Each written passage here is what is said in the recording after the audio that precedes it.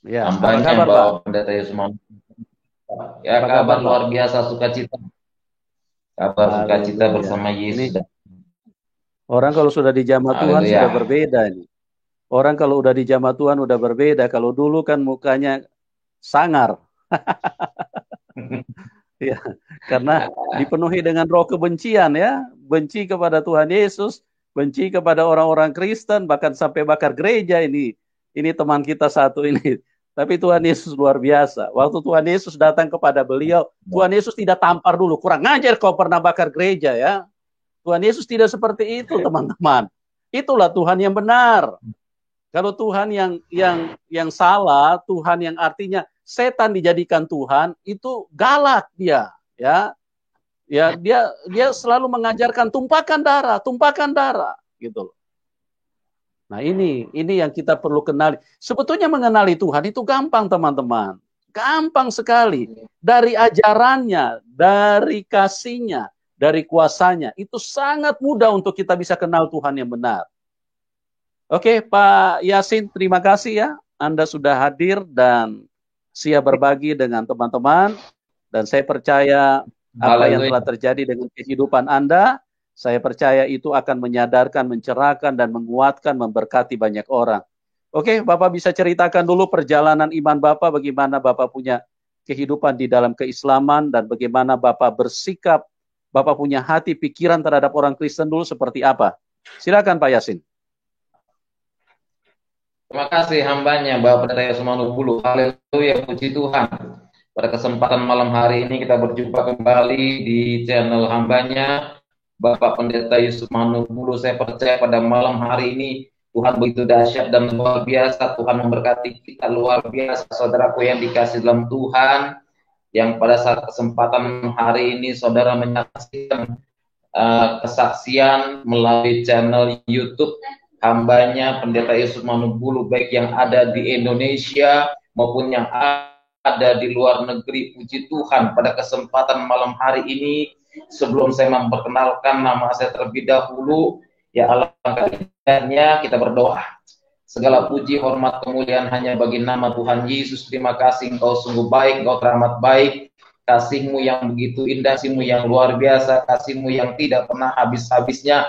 Selalu baru kami nikmati setiap saat, setiap waktu. Kau pakai hamba-Mu pada kesempatan malam hari ini ya Tuhan, untuk menyaksikan cinta kasih Tuhan. Terima kasih ya Tuhan. Haleluya. Amin. Puji Tuhan, malam ini saya bersyukur ya bisa hadir di channel hambanya Bapak Pendeta Yusuf Manubulu ya. Perkenalkan nama saya ya. Nama saya terlahir dari keluarga yang taat ya, keluarga yang taat beragama ya, dikatakan muslim. Ya puji Tuhan, saya dari suku Sunda, daerah Bogor itu kota kelahiran saya. Saya dibesarkan di daerah lingkungan di daerah Citayam ya, daerah Kampung Kelapa Citayam. Itu saya dibesarkan di situ, di lingkungan keluarga Muslim, karena saya punya sisilah ya dari keluarga saya. Ya ayah saya kan seorang guru ya, seorang kiai. Saya termasuk anak dari istri nomor 5 ya, karena ayah saya tuh punya punya istri 5. Saya termasuk anak dari istri nomor 5 satu-satunya. Karena kalau masih satu kan belum sunah rasul ya. Kalau sudah dua, tapi saya cukup satu, ya. Karena firman Tuhan kan berkata, siapa orang yang sudah disatukan Tuhan tidak dapat ceraikan manusia kecuali inna lillahi wa inna lillahi rojiun, yaitu maut yang memisahkan. Saudaraku yang dikasih dalam Tuhan, saya katakan, saya nggak berpikir untuk menjadi seorang hamba Tuhan, nggak berpikir untuk menjadi seorang pendeta, karena saya besarkan di lingkungan keluarga Muslim. Dari usia 6 tahun saya sudah dimasukkan sekolah madrasah ibtidaiyah. 6 tahun di madrasah ibtidaiyah. Belajar sekolah di madrasah ibtidaiyah. Kalau kita berbicara madrasah ibtidaiyah, itu sederajat dengan SD. Madrasah ibtidaiyah tamat, saya masuk lagi sekolah sanawiyah yang berada di Matlaul Anwar di Pabuaran. Ya, Saya sekolah di Pabuaran pada saat itu, madrasah sanawiyahnya, ya. Saya di sanawiyah di Pabuaran, saya masuk lagi aliyah, ya, aliyah sambil mondok di pondok pesantren Al-Fikoriyah, yaitu Ki Haji Zulfikor, daerah Cilebut, ya. Saya katakan memang dalam hal ini ya, setiap manusia itu sudah ditakdirkan cita-citanya. Setiap manusia itu sudah ditentukan, ya. Semasa ketika dia lahir ke dunia, itu Tuhan sudah tentukan dia mau jadi apa, jadi apa. Pak Yasin, ya. Pak bisa ada handset nggak Pak, supaya suaranya lebih bening Pak? Ada handset nggak? Bisa pakai handset nggak Pak? Handset. Baik. Yang di coba Pak, supaya suaranya lebih bening Pak. Karena ini agak kabur-kabur suaranya. Ya. Oke, ya Bapak cari siapkan handset dulu kalau ada. Oke, ya, teman-teman, kita lagi upayakan ya supaya tayangan ini benar-benar berkualitas, karena kami rindu supaya setiap kata-kata yang dibagikan, di-share, itu bisa menjadi berkat buat setiap kita yang menyaksikan, agar semakin banyak orang yang tercerahkan, terberkati, dikuatkan, dan bisa menemukan Tuhan yang luar biasa, ya. Karena Pak Yasin ini adalah seorang yang berlatar belakang yang sangat perlu untuk kita ketahui. Ya, shalom, dengar Pak ya? Ini agak lumayan nih Pak, silakan Pak. Ya, gimana Pak? Udah saya? Ya, sudah Pak, sudah, silakan. Ya, jelas ya? Iya, saya lanjutkan kembali saudaraku yang dikasihi Tuhan ya. Baik ya, saya bersyukur kepada Tuhan ya, bahwa Tuhan menjamah pribadi saya menjadi seorang pelayan Tuhan, menjadi seorang hamba Tuhan.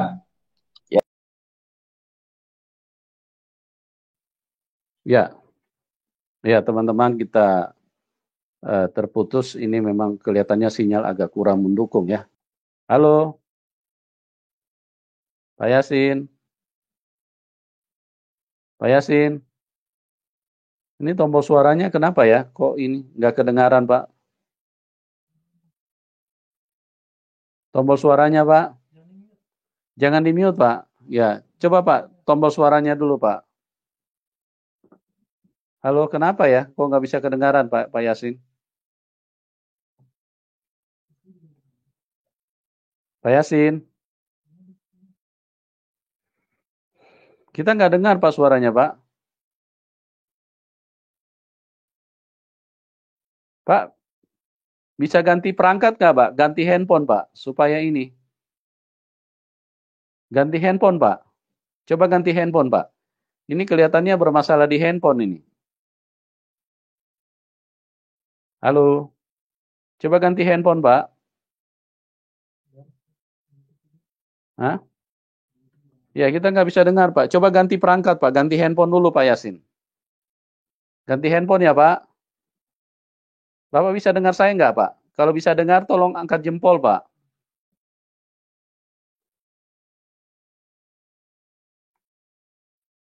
Ya. Sabar ya teman-teman ya. Kita sedang upayakan yang terbaik. Coba kita sambungkan kembali dulu. Pak Yasin. Ya, shalom. Ini dia. Ya, oke. Diputar Pak model handphonenya Pak, model landscape Pak, model tidur Pak, supaya gambarnya seimbang kiri kanan Pak.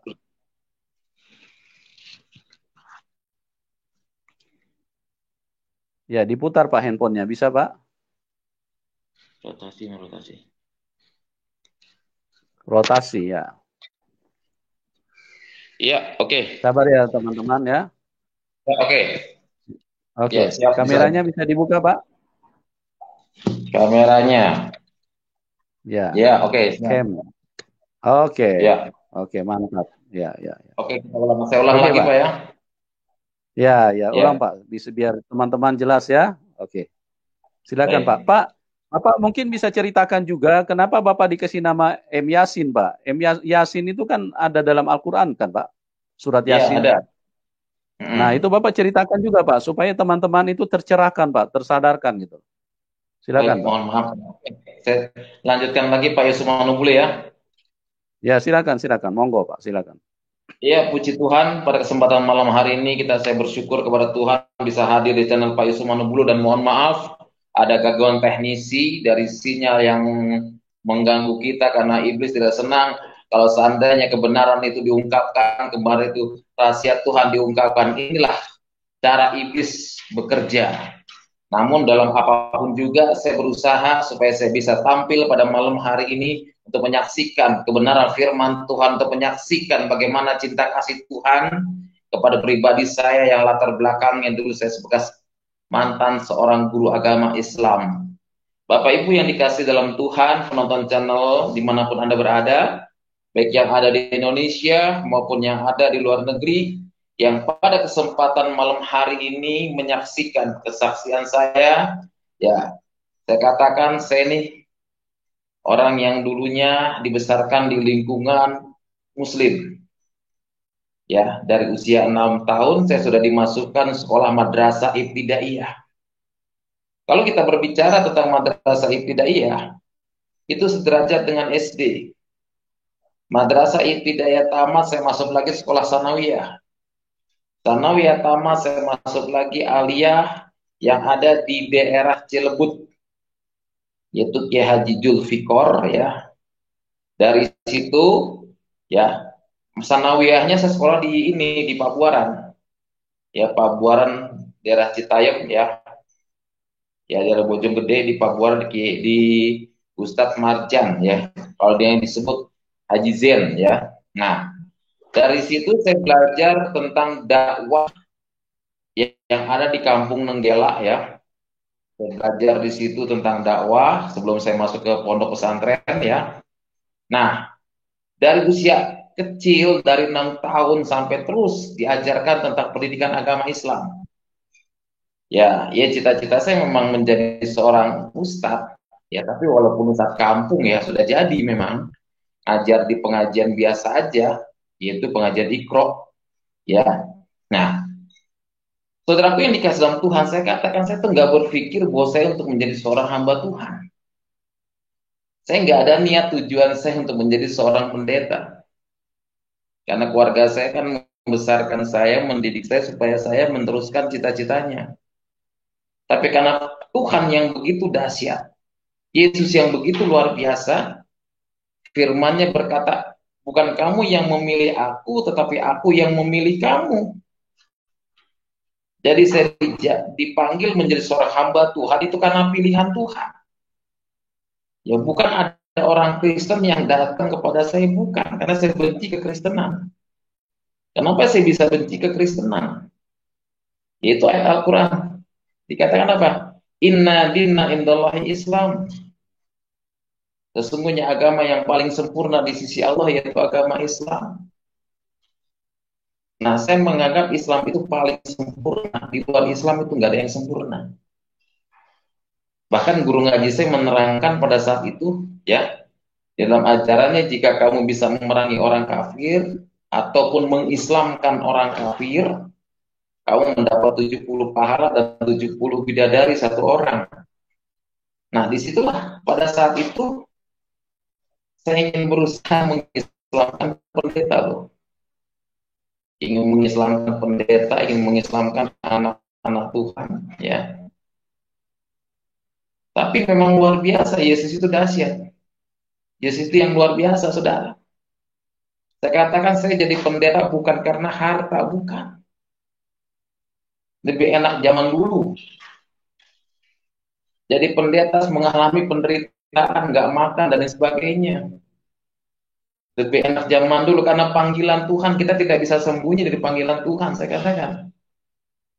Walaupun kita sembunyi di bawah kolong langit sekalipun, kalau memang panggilan Tuhan, itu tidak bisa dielakkan dalam setiap kehidupan kita.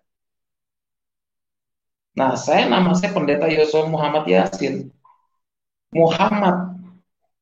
Karena orang tua saya memberikan nama Muhammad, supaya nanti saya, ya, masuk surga melalui syafaat Rasulullah. Dan nama Yasin, nama Al-Quran, yang setiap malam Jumat dibaca. Yasin wal Quranil Hakim, 83 ayat. Tiap malam Jumat kan baca Yasin. Ya, makanya dalam Islam itu, ya, Surat yang pertama dibaca itu surat Al-Fatihah sebenarnya. Buat surat Al-Fatihah, ya sebenarnya Al-Baqarah yang pertama. Tapi dalam hal ini, dalam hal keislaman, orang Islam selalu sholat baca surat Al-Fatihah. Ngirim arwah baca surat Al-Fatihah. Gitu.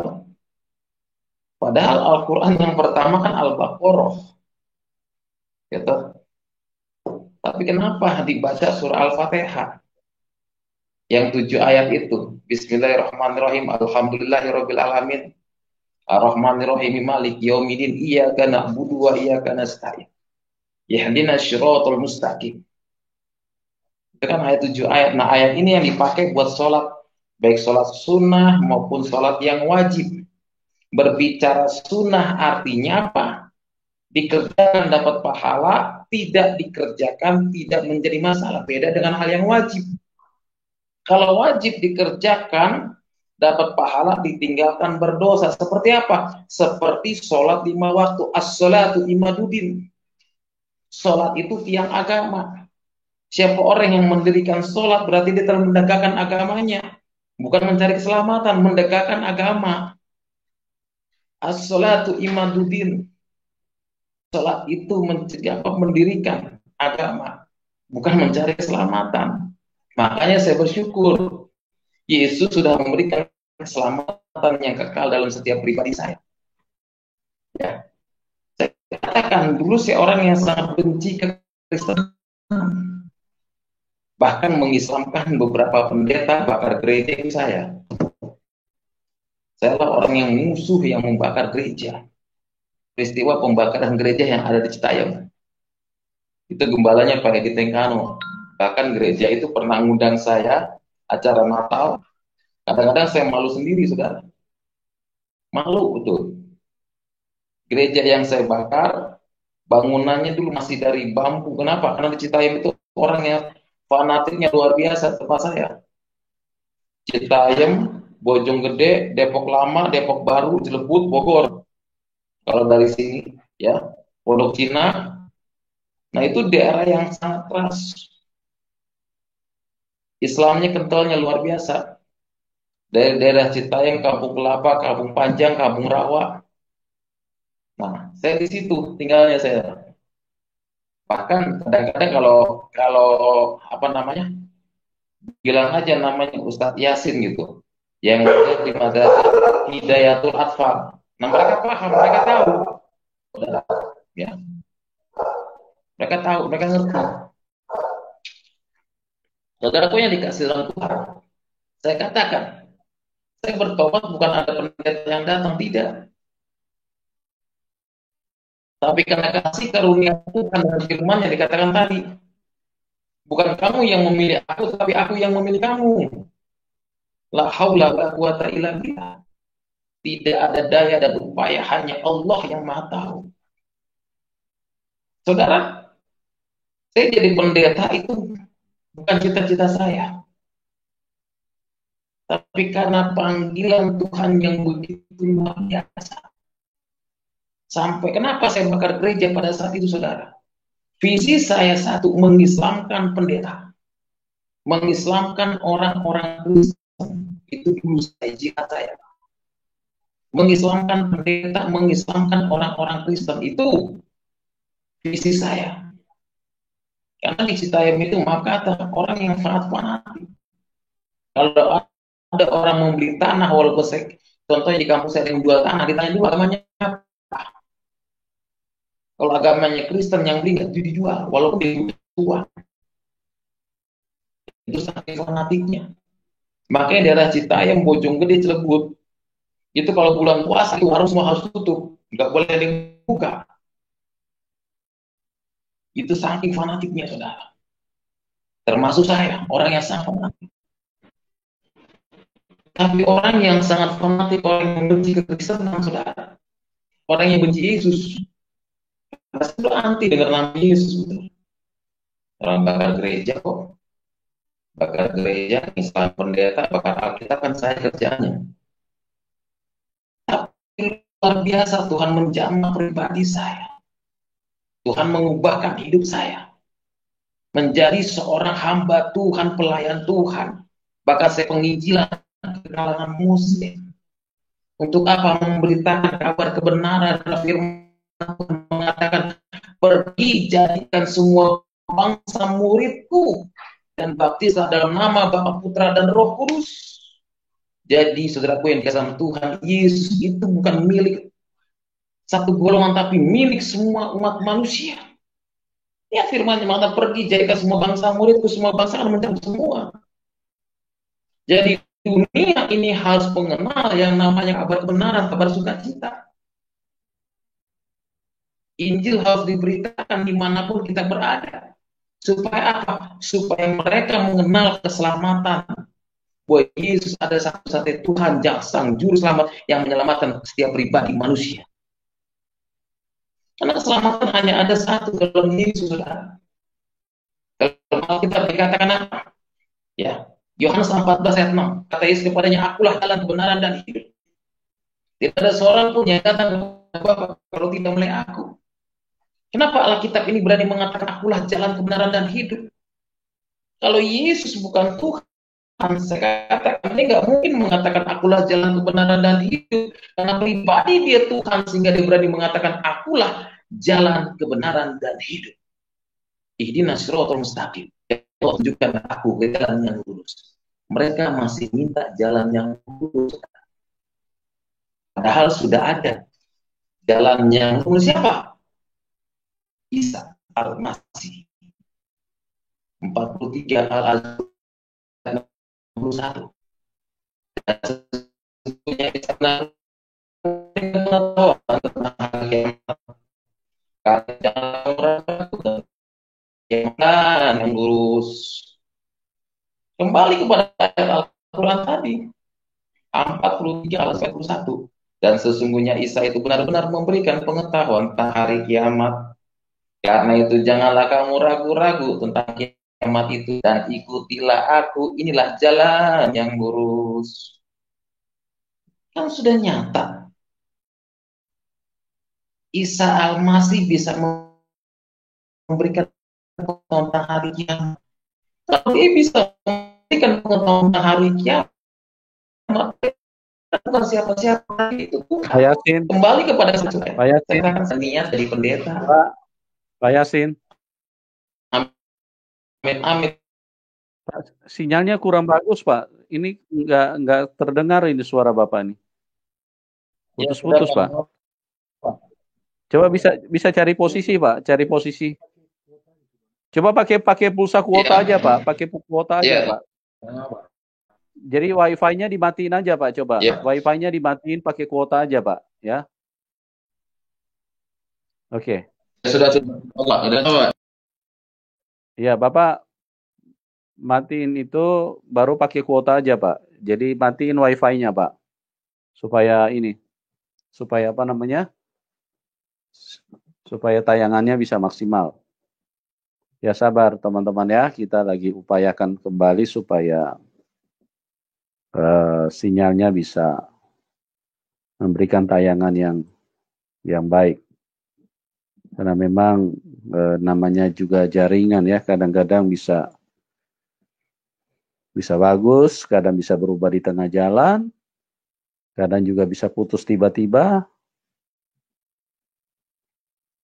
Dan kita coba berusaha untuk memaksimalkannya ya, supaya apa yang disampaikan ini bisa menjadi berkat bagi banyak orang.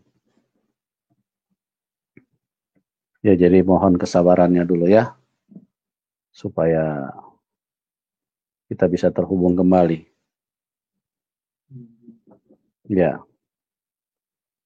Nanti Pak Yasin bisa pakai pulsa data aja, pakai kuota aja supaya ini. Karena jaringan internet, jaringan wifi-nya kelihatannya kurang maksimal ya. Oke, nanti kita sedang upayakan ya teman-teman ya. Mohon sabar. Ya memang kalau orang belum diterangi Tuhan Yesus, maka hatinya akan sangat benci Tuhan. Dia akan sangat menentang Tuhan. Kita perhatikan orang-orang seperti kayak Pak Yasin ini adalah orang-orang yang memang berjuang keras di dalam keagamaan, di dalam kebenciannya terhadap kekristenan. Itu dituangkan lewat perbuatan, sampai mengislamkan pendeta, terus ya bakar gereja, terus banyak lagi hal-hal lain yang beliau lakukan pada waktu beliau masih di Muslim dulu ya. Oke, kita coba hubungkan kembali ini Pak Yasin. Pak Yasin. Halo. Pak Yasin. Suaranya nggak kedengaran, Pak. Ya.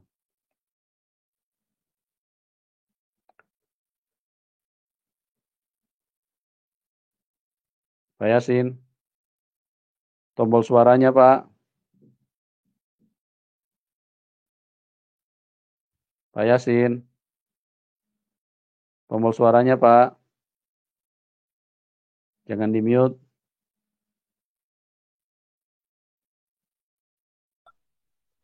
Yo, Ya. Shalom. Shalom, ya. Oke, oke Pak, lanjut, Oke, lanjut, Pak ya. lanjut.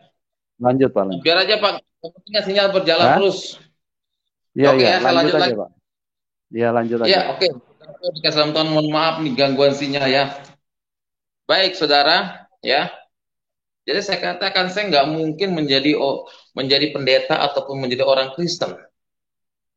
Niat tujuan saya pada saat itu hanya ingin mengislamkan beberapa pendeta, ingin mengislamkan beberapa anak-anak Tuhan. Dengan dalil Al-Quran tadi. Inna dina indallahi Islam, sesungguhnya agama yang paling sempurna di sisi Allah yaitu agama Islam. Nah, disitulah tahun 1999 saya berusaha mengislamkan pendeta. Nah, ketika saya tidak berhasil mengislamkan pendeta, apa yang saya lakukan? Yaitu pembakaran gereja terjadi. Sayalah yang bakar gereja yang ada di Citayam, yang ada di Bojonggede, yang ada di Depok, GPB Kampung Lio. Itu saya bakar. Kenapa saya bakar gereja? Ya, saya berpikir dengan adanya saya membakar gereja, akan ada orang Kristen untuk masuk Islam menyerahkan diri. Ternyata tidak, saudara. Saya tunggu 1 minggu sampai 1 bulan. Ya, saya berharap akan ada orang Kristen menyerahkan diri untuk masuk Islam. Ternyata tidak. Bahkan ketika gereja saya bakar, saya survei gereja yang saya bakar. Ketika saya survei itu orang Kristen pada nyanyi-nyanyi di gereja yang dibakar. Saya pikir berkata gini dalam hati saya, mungkin orang Kristen edan kali ya. Gereja dibakar kok nyanyi-nyanyi. Ternyata di balik pujian itu, mungkin ada doa yang luar biasa mereka. Mereka mendoakan, Tuhan kau jamah hati orang yang membakar gereja. Dan inilah salah satu korban doa orang benar. Termasuk saya korban doa orang benar. Doanya orang Kristen yang dulu babi haram, sekarang alhamdulillah halal, saudara. Yang dulu kalau lihat anjing takut dijilat sama anjing haram. Tapi sekarang sebelum anjing jilat, saya duluan jilat dia. Bahkan sekarang saya punya anjing, saudara, saya pelihara. Dulu haram.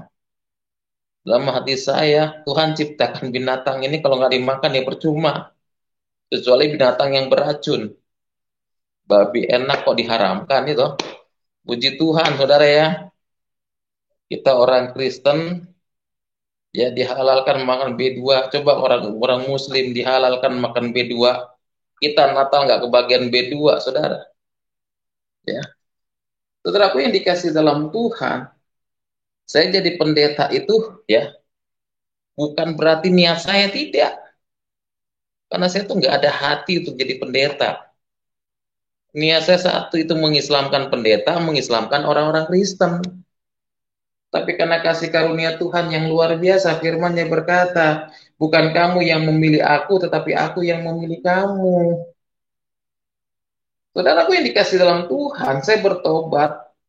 Saya katakan bukan ada pendeta yang menginjili, bukan ada orang Kristen yang datang kepada saya, bukan, tapi karena Tuhan yang begitu dahsyat melalui mimpi yang saya alami, saudara. Apa mimpinya? Di dalam mimpi tersebut ada cahaya sinar yang menerangi tubuh saya, dan cahaya itu adalah suara yang sangat lembut. Dia berkata, akulah jalan, kebenaran, dan hidup. Tidak ada seorang pun yang datang kepada Bapa kalau tidak melalui aku. Ini mimpi yang saya alami, saudara. Dan ketika saya mimpi ini seolah-olah nyata. Kenapa seolah-olah nyata? Karena sekujur tubuh saya kan penuh dengan keringat. Langsung saya terbangunlah dari mimpi saya. Nah, ketika saya terbangun, saudaraku yang dikasih dalam Tuhan, saya masuk kamar mandi, sembahyang, dan sholat. Saya lakukan sholat apa? Sholat tahajud. Tahajud kan sunnah. Sunnah itu saya katakan dikerjakan dapat pahala, ditinggalkan tidak jadi masalah. Beda dengan yang wajib. Kalau wajib dikerjakan dapat pahala, ditinggalkan berdosa. Seperti apa? Sholat 5 waktu, puasa di bulan suci Ramadan, zakat, pergi haji wajib bagi yang mampu. Yang nggak wajib, yang nggak mampu, ya sholat Jumat 40 minggu berturut-turut, 40 Jumat, sama pahalanya dengan orang ibadah haji. Nah, saudaraku yang dikasih dalam Tuhan, ya. Nah, mimpi inilah yang menghantui perasaan saya. Ketika saya sholat Johor 4 rakaat, karena di Islam kan sholat kan jumlahnya 17 rakaat, ya. Subuh 2 rakaat, asar 4 rakaat, maghrib 3 rakaat, isya 4 rakaat, asar 4 rakaat, Johor 4 rakaat, Johor 4 rakaat, jumlahnya 17 rakaat. Orang Islam itu taat luar biasa dalam ibadah, betul. Dengar azan aja mereka cepat-cepat ninggalin pekerjaan sholat. Beda dengan kita orang Kristen. Kadang-kadang kita ibadah jam 10, ke gereja setengah 11 baru datang, saudara. Kita kalah kesetiaan kita dengan mereka, tapi mereka setia dalam segi ibadah, tapi mereka tidak ada jaminan keselamatan. Yang ada jaminan dalam keselamatan ketika kita mengaku bahwa Yesus itu adalah Tuhan, maka ada jaminan keselamatan yang kekal. Karena firman Tuhan berkata, Yohanes 14 ayat 6, sesuai dengan mimpi saya tadi, akulah jalan, kebenaran, dan hidup. Tidak ada seorang pun yang datang kepada Bapa kalau tidak melalui aku, ihdinas siratal mustaqim. Nah, sampai saat ini mereka masih minta jalan yang lurus. Ihdinas siratal mustaqim. Ya Allah, tunjukkanlah aku ke jalan yang lurus. Kan sudah ada jalan yang lurus. Jawabannya apa? Dalam Al-Quran 43 Al-Azruf ayat 61. Dan sesungguhnya Isa itu benar-benar memberikan pengetahuan tentang hari kiamat. Karena itu janganlah kamu ragu-ragu tentang kiamat itu. Dan ikutilah aku, inilah jalan yang lurus. Itu sudah ada jawabannya. Kalau Isa bisa memberikan pengetahuan tentang hari kiamat, berarti kan dia bukan siapa-siapa, dia Tuhan. Hanya Tuhan yang bisa memberikan pengetahuan tentang hari kiamat. Sekarang Mr. M, ada gak jaminan tentang jaminan masuk surga? Jaminan keselamatan? Saya katakan tidak. Keselamatan hanya ada di dalam Yesus Kristus. Al-Quran dan hadis tidak pernah menjelaskan tentang keselamatan. Tidak ada dalam Al-Quran keselamatan. Tidak ada dalam hadis keselamatan. Yang ada hanyalah melalui Yesus Kristus, saudara. Karena Mr. M ini berdosa. Ya, Muhammad berdosa 48 Al-Fatihah ayat 2. Agar Allah memberikan ampunan kepadamu Muhammad atas dosamu yang lalu dan yang akan datang. Serta menyempurnakan nikmatnya dan menunjukimu ke jalan yang lurus. Jalan yang lurus oleh siapa? Yesus. Makanya kepada siapapun juga yang saat ini menyaksikan renungan firman Tuhan dan kesaksian, ya, jangan pernah ada hati untuk meninggalkan Tuhan Yesus. Saya katakan baik saudara yang ada di Indonesia maupun yang ada di luar negeri, sekalipun saudara mendengarkan kesaksian saya, ya, dan renungan firman Tuhan, jangan tinggalkan Tuhan Yesus.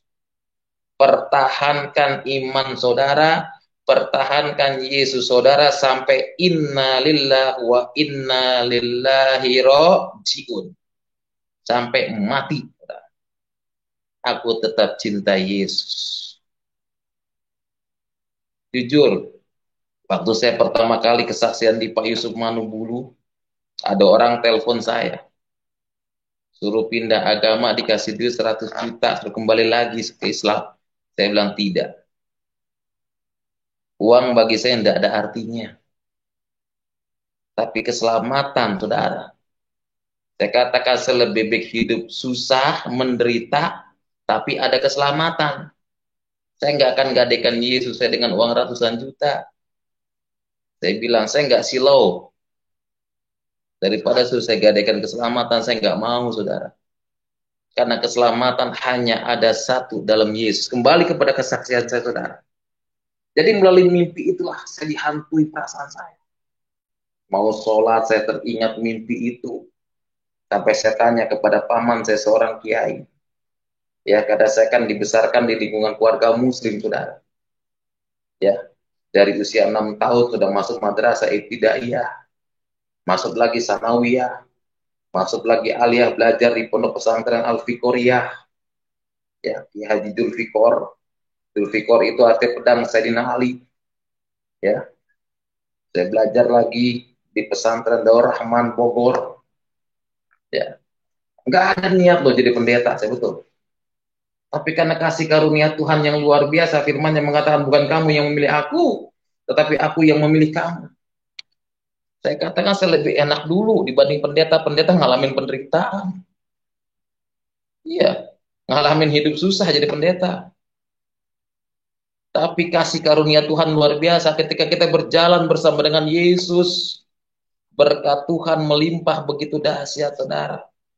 Kalau kita bisa jamin keselamatan kita ini, saudara, itu berkat Tuhan melimpah. Berkat Tuhan begitu dahsyat, saudara. Bayangin, saya ikut Yesus itu, maaf kata, banyak kadrun-kadrun yang bilang, Allah dia motivasi cari kekayaan. Tidak. Saya jadi pendeta bukan karena cari kekayaan, tapi cari keselamatan yang sudah Tuhan berikan. Kalau saya mau kaya, sejaman dulu aja kaya. Ya, jadi pendeta saya ngalamin penderitaan kok. Harus jualan keliling, jualan sendal jepit, muter-muter. Ya. Ngalamin jadi bang titil. Ya, ngalamin jadi sales motor. Untuk apa? Enakan zaman dulu ngajar, mimpi tahlilan, dapat duit. Ya makanya jadi ustadz itu zaman dulu, maaf kata saya lebih senang kalau ada orang mati. Kenapa diminta doain, saudara? Ya, makanya saya doanya supaya banyak orang mati, supaya banyak nikmati berkatnya. Kalau orang mati kan dipanggil tahlilan, doain, dapat amplop. Saya jadi pendeta, pelayanan. Kadang-kadang dikasih berkat, ya puji Tuhan, enggak, ngucap syukur sama Tuhan. Ya, tapi luar biasa Tuhan pelihara. Anak cucu nggak pernah kekurangan. Selalu hidup berkelimpahan. Makanya saya katakan, Tuhan memberikan keselamatan kepada pribadi kita, bukan hanya keselamatan, tapi berkat-berkatnya pun melimpah dalam setiap kehidupan kita. Yang terpenting kalau kita sudah menerima keselamatan, kita berjalan bersama Yesus. Berkatnya akan nyusul, saudara. Iya. Oh, saya ngalamin jualan sendal jepit. Bayangin. Tapi memang itu proses ikut Tuhan, pikul salib. Kembali ke kesaksian saya, saudara. Saudara, ketika mimpi ini saya tanya kepada paman saya, seorang kiai.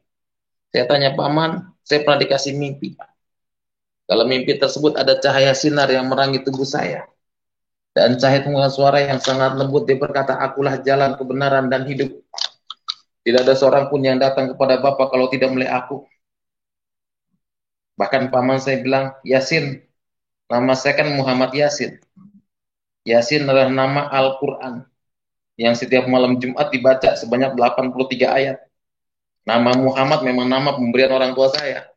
Supaya nanti saya bisa masuk surga dengan syafaat Rasulullah Shallallahu Alaihi Wasallam. Padahal masuk surga itu bukan melalui Muhammad, melalui siapa?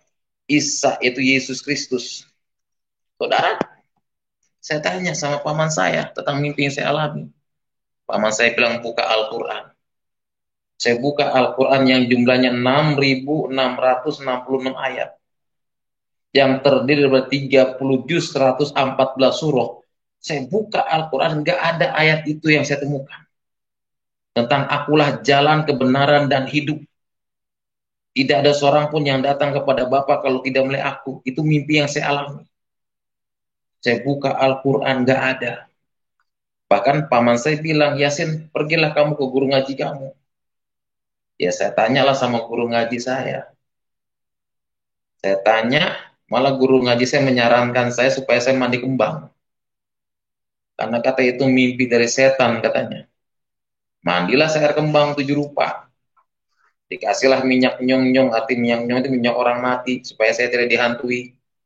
Pulanglah saya dari rumah guru ngaji saya. Ketika saya pulang, bukannya malah hilang, malah menjadi-jadi. Sampai saya tanya sama guru ngaji saya, Abah, kumaha atau Abah? Kok ini nggak hilang-hilang, Abah? Guru ngaji saya menyarankan saya supaya saya sholat istihoro.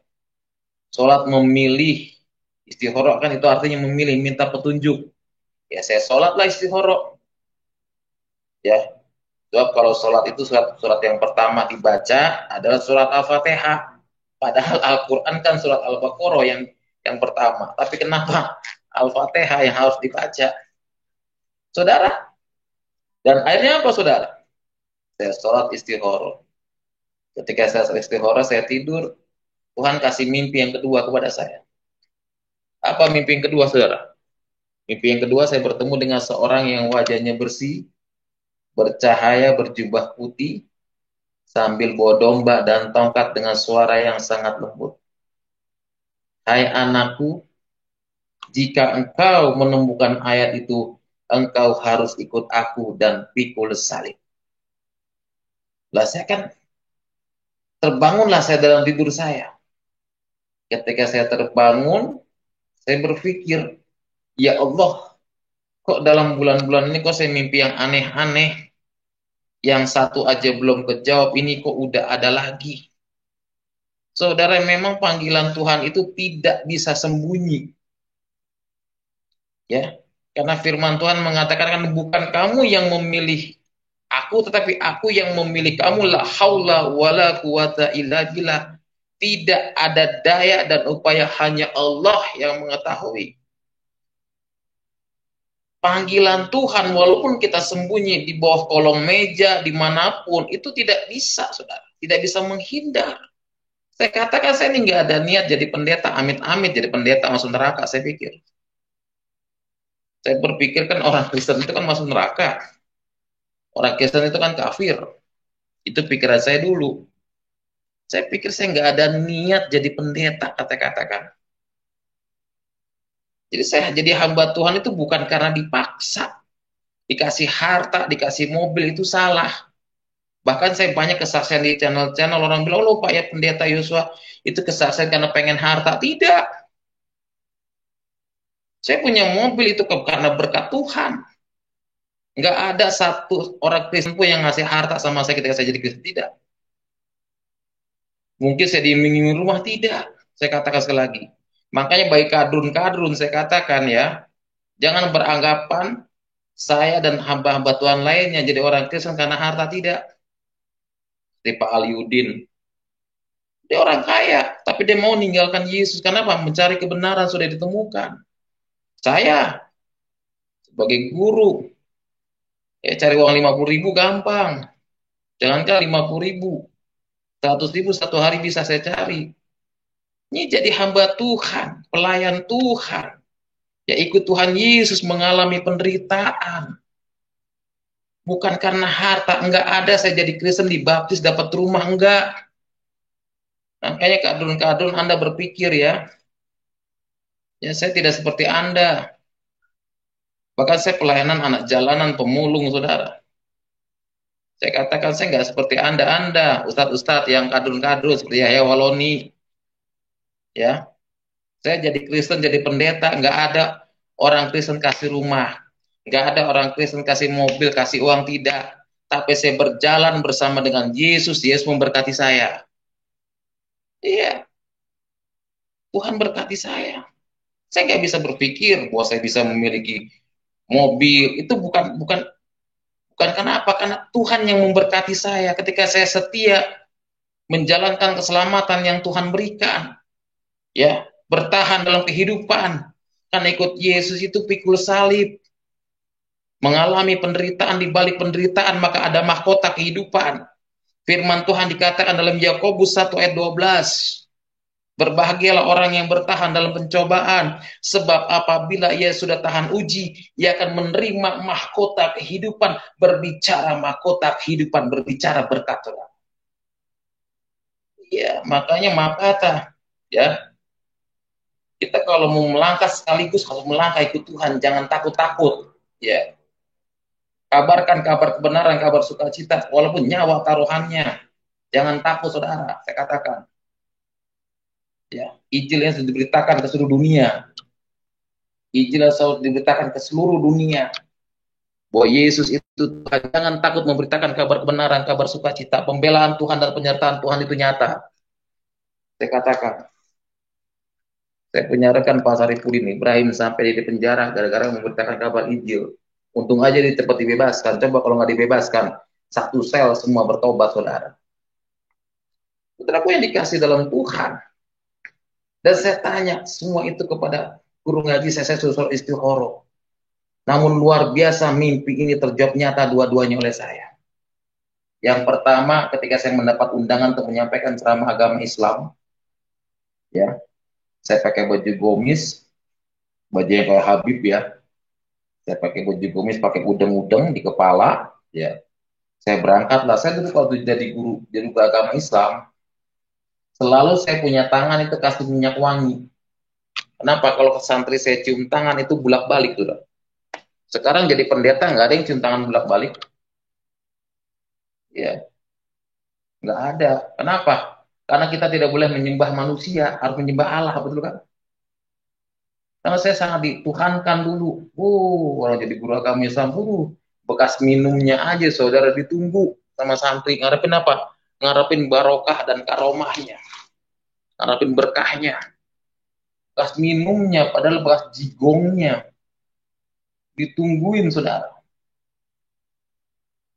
Tapi jadi pendeta itu luar biasa. Jadi hamba Tuhan itu luar biasa. Saudara. Gak punya uang, bisa naik pesawat, bayangin. Itu kan kasih Tuhan. Ya saya merasakan. Dulu saya uang banyak, jadi ustadz. Nggak ngalamin naik pesawat. Jadi pendeta nggak punya uang, bayangin bisa naik pesawat. Ini kan dahsyat luar biasa Tuhan kita Yesus. Dan akhirnya apa saudaraku yang dikasih dalam Tuhan, mimpi ini terjawab nyata dua-duanya oleh saya. Ketika saya mendapat undangan untuk menyampaikan ceramah agama Islam, saya berangkatlah bersama santri saya.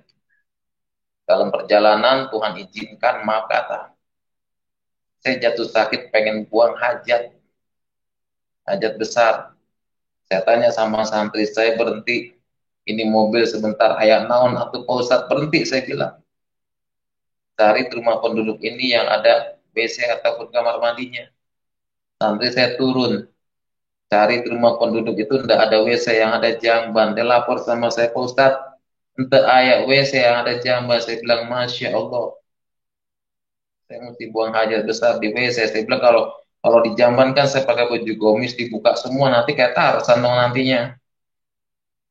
Dan akhirnya apa? Saya turun dari mobil pribadi saya tengok kanan kiri, ada rumah nubager, rumah bagus. Saya panggil santri saya, kadia, ayah naon atuh Pak Ustad? Kadia, ayah naon? Kadia. Itu ada rumah nubager, masa kamu lewatin? Aduh tadi nggak tahu Pak Ustad. Saya samperin rumah yang mewah, saya ngucapin kalimat Assalamualaikum, yang punya rumah ndak Jawa. Sebab dalam Islam kalau kita ngucapin Assalamualaikum 3 kali, berarti yang punya rumah nggak ada, harus ditinggal. Dan yang kedua, mungkin orang Nasrani atau orang kafir. Udah, saya ngucapin Assalamualaikum berkali-kali, sambil gedor pintu rumahnya, yang punya rumah keluar. Ada apa-apa, gedor-gedor rumah saya, kan ada belnya, tinggal pencet. Saya mana tahu ada belnya, saya bilang. Langsung saya tutup poin, izinkan saya numpang buang air, Bu. Saya bilang, kalau ibu ada WC, oh ada Pak, silakan Pak, masuk saja. Saya mau buka sepatu, yang punya Pak, maaf Pak, jangan buka sepatu, rumah saya bukan masjid. Langsunglah saya ke kamar mandi, buang hajat. Saat saya buang hajat, saya pengen pamit kepada yang punya rumah. Saya tengok, ada pembantu lagi ngepel, saya tanya, mana ibu yang tadi? Oh ibu ada ruangan tengah Pak, Bapak masuk aja ke ruangan tengah. Saya masuk ke ruangan tengah, ingin ngucapin kalimat terima kasih. Saya kaget luar biasa. Kenapa kaget? Saya melihat gambar yang sedang bawa domba dan tongkat. Saya kaget luar biasa karena foto itu mirip yang ada dalam mimpi saya. Langsung saya bertanya kepada yang punya rumah, Bu, boleh saya bertanya sama ibu? Oh silakan Pak. Ini foto siapa yang sedang bawa domba dan tongkat? Apa ini saudara ibu? Langsung yang punya rumah berkata, Pak, ini bukan saudara saya. Tapi ini Tuhan saya, Tuhan Yesus. Saya bilang, Masya Allah. Kalau gitu ibu orang Kristen ya? Iya. Kalau tahu ibu orang Kristen, Bu, saya nggak jadi buang hajat, saya pulang. Amit-amit saya sudah masuk rumahnya orang kafir, itu dalam hati saya. Langsung ibu tuh rangkul saya, dia bilang apa? Pak, Tuhan berkati Bapak. Tuhan pakai Bapak. Saya bilang, pakai apanya Tuhan? Saya nggak ngerti kalimat ibu tersebut. Saya pulang lah, saya nggak jadi ceramah. Dalam perjalanan saya berdoa, ya Allah, apa iya yang datang dalam mimpi saya Tuhannya orang Kristen? Amit-amit, saya jadi orang Kristen, saya bilang. Kristen masuk neraka, saya bilang. Itu saya. Sampai di rumah saya sholat, ya Allah jangan kau jadikan saya orang Kristen. Karena saya nggak mau jadi Kristen, saya bilang Kristen masuk neraka. Tapi apa yang terjadi 1 bulan kemudian, saya ada kerinduan ke gereja, saudara. Ada kerinduan ke gereja, hati ini tidak bisa dibendung. Habis sholat subuh, saya cari gereja. Gereja yang saya bakar, saya ingat banget itu gereja di kampung halaman saya, GPDI. Ya, saya tahu kenapa GPDI, karena setelah saya bertobat, saya baru tahu itu gereja GPDI. Saya nggak tahu nama-nama gereja kan pada saat itu kan. Saya bakar itu. Saya datang di gereja yang saya bakar. Saya masih pakai sarung, pakai peci, saya duduk di belakang. Ketika saya duduk di belakang, ada lagu yang luar biasa. Yang pertama kali saya datang ke gereja, lagunya apa? Roh Kudus hadir di sini, mengalir di bait suci. Nah, ketika saya mendengar lagu tersebut, saya merinding. Seolah-olah saya berpikir ini gereja ada setannya kali ya. Saya merinding, saudara. Saya lagu dinyanyikan, pendeta naik ke atas mimbar. Pendeta baca ayat, akulah jalan, kebenaran, dan hidup. Tidak ada seorang pun yang datang kepada Bapa kalau tidak melalui aku. Lah kan saya kaget, Masya Allah. Ini nggak salah pendeta baca ayat. Ini kan ayat yang ada dalam mimpi saya yang saya cari-cari di Al-Quran yang jumlahnya 6.666 ayat. Nggak ketemu, tapi kenapa ada di Alkitab Injil? Saya bilang yang saya benci. Dan akhirnya pendeta mengumumkan, bagi saudara yang pertama kali hadir ke gereja, maju ke depan. Ya saya majulah ke depan, dorong sama ibu-ibu. Ketika saya maju ke depan, saya suruh berlutut. Nah ketika saya berlutut, saya berpikir kurang ajar ini pendeta. Baru kali ini Ustadz disuruh berlutut. Ya saya berlutut. Ketika saya berlutut, saya ditumpangin tangan, itu pendeta nyanyi bersama dengan jemaatnya. Nyanyi apa? Mengalirlah kuasa Roh Kudus, mengalirlah di tempat ini. Saya dengar lagu tersebut, saya nangis, saudara. Bertahun-tahun saya sholat, bertahun-tahun saya ngaji, nggak pernah nangis seperti itu. Ini nangis luar biasa. Ketika lagu itu dinyanyikan, saya tumpangin tangan, saya teringat bakar gereja. Saya teringat membakar Alkitab. Ada anak kecil lewat di depan saya ambil Alkitabnya, saya bakar. Ingat mengislamkan pendeta. Dan akhirnya dipeluklah sama itu pendeta. Saya pulang yang namanya guru agama Islam. Pertama kali datang ke gereja, saya cuci kaki saya dengan tanah 7 kali, air 7 kali, sabun 7 kali. Tapi tanahnya ada di dalam ya. Bukannya ada di luar. Tanah yang belum pernah kena najis itu saya cuci kaki saya. Dan akhirnya apa saudara? Ada pepatah mengatakan walaupun bangkai disembunyikan di mana, pasti baunya akan kecium juga. Dan saya ketahuan ke gereja oleh keluarga saya. Terjadilah penyiksaan. Ya, saya dicambuk, saya diusir. Sempat jadi seorang gelandangan, saksi hidup saya stasiun Gondang Dia, stasiun Cikini. Itu saksi hidup saya menjadi seorang gelandangan ketika terima Yesus. Ya. Dan saya pernah makan di tempat dokter Suradi yang nampung para pemulung. Nah, disitulah Tuhan pertemukan saya dengan seorang ibu, almarhum Tante Ella Srombot. Beliau yang angkat saya menjadi anak rohani, beliau kakak daripada pendeta saya Srombot yang sudah almarhum. Beliau angkat saya menjadi anak rohani, saya dipertemukan dengan hamba Tuhan, ya, Om John Lementa, yang sekarang menjabat sebagai sekum, ya. Beliau bimbing saya, ya. Beliau bina saya, diberikan kekuatan iman. Dia bilang, kamu gak usah kesaksian dulu. Sebab kalau kamu kesaksian, banyak orang yang undang kamu, nanti kamu nggak kuat lagi iman kamu kalau suatu saat nanti orang nggak undang kamu. Karena orang dengar kesaksian hanya baru-baru aja katanya saya dikasih nasihat. Sama almarhum Bapak Pendeta Seserombot, kamu nggak usah kesaksian dulu. Yang penting imanmu mantap bersama dengan Yesus baru.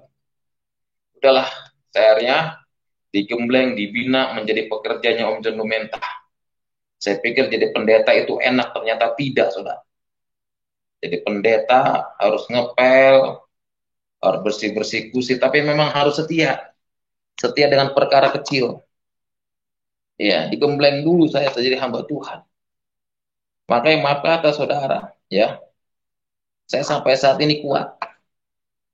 Karena digembleng sama Bapak rohani saya. Karena dia bilang, kamu belum saatnya untuk khotbah. Saya dulu nggak pernah dikasih khotbah untuk khotbah umum, nggak. Padahal saya sudah sekolah. Sudah sekolah Alkitab, nggak dikasih khotbah umum. Pengen banget, saudara. Hanya dikasih khotbah sekolah minggu. Itu pun nggak didengerin sama sekolah minggu. Saya khotbah. Terus kadang-kadang kalau jemaat udah pada pulang, saya khotbah sendirian. Saya anggap bangku kosong itu jemaat. Karena pengen banget khotbah. Belum boleh. Karena belum masih dalam tahap praktek. Tapi luar biasa Tuhan itu gembleng saya. Tahun 2007, ya, Tuhan pertemukan saya dengan jodoh saya yang ada di Bawen. Saya punya mertua Muslim, saudara. Mertua saya Muslim, ya. Salah satunya mertua saya yang laki itu ya luar biasa ya. Dia termasuk orang yang terpandang. Jadi kalau ada apa-apa, orang kampung itu minta nasihat mau pernikahan itu kepada mertua saya, dia sudah almarhum. Tapi puji Tuhan, walaupun keluarga kami dari pihak istri Muslim, kami setiap Lebaran kumpul semua, kumpul, ya. Makanya saya bersyukur kepada Tuhan, saya bisa mengadakan Natal bersama Islam dan Kristen. Ada di kampung apa namanya, kampung Semalang, ya, dusun Kaloran. Itu tiap tahun kami Natal bersama Islam dan Kristen. Kenapa bisa seperti itu? Inilah yang dimaksud apa kerukunan antar umat beragama, bineka tunggal ika, berbeda-beda suku agama, berbeda-beda kulit, yang penting kita bersatu, bineka tunggal ika, NKRI. Ini yang harus terjadi. Makanya saya di sini kadang-kadang ada tahlilan diundang. Di sini maka saya tinggal di Bawen ini, toleransi agamanya masih kuat. Ya, itu yang dikatakan yang luar biasa. Kadang-kadang kalau ada orang Kristen yang meninggal, Islam hadir untuk kebaktian. Begitu situs begini di sini. Itu yang diperlukan. Makanya kita bersyukur kepada Tuhan, kalau kita sudah menerima jaminan keselamatan yang Tuhan berikan, kita pegang Yesus dengan erat. Jangan sampai tinggalkan Tuhan Yesus. Yohanes 14 ayat 6 dikatakan, kata Yesus kepadanya, akulah jalan, kebenaran, dan hidup. Tidak ada seorang pun yang datang kepada Bapa kalau tidak melalui aku. Jadi keselamatan hanya ada di dalam Yesus Kristus. Tanpa Yesus, saya katakan, tidak ada jaminan keselamatan. Yesuslah satu-satunya Tuhan yang bisa memberikan keselamatan dalam setiap kehidupan saudara dan saya. Yang terpenting, jangan gadaikan Yesus kita. Jangan tinggalkan Yesus kita, pertahankan iman kita, pertahankan Yesus kita sampai akhir hayat kita, sampai inna lillahi wa inna lillahi roji'un. Inilah kesaksian yang dapat saya sampaikan pada kesempatan malam hari ini. Mohon maaf kalau memang tadi terputus-putus karena jaringan yang mengganggu siaran kita ini, saudara. Ini saya serahkan kepada hambanya, Bapak Pendeta Yusuf Manubulu. Tuhan memberkati. Haleluya. Haleluya, luar biasa ya. Jadi sebuah perjalanan hidup yang bukan dipengaruhi oleh manusia, tetapi sebuah kekuatan yang supranatural di mana Tuhan Yesus hadir dan menjamah, mengubahkan seorang ustadz yang begitu radikal, bahkan kegiatan-kegiatan yang dilakukan, bakar gereja, bakar Alkitab, dan lain-lain ya. Tapi Tuhan Yesus luar biasa kasih-Nya, luar biasa kebaikannya, luar biasa kemurahannya, sehingga orang-orang yang berlatar belakang sebagai pembenci Tuhan Yesus mengasihi semua manusia. Itulah Tuhan yang benar. Tuhan yang merangkul, bukan memukul. Tuhan yang menyelamatkan, ya, bukan menyesatkan.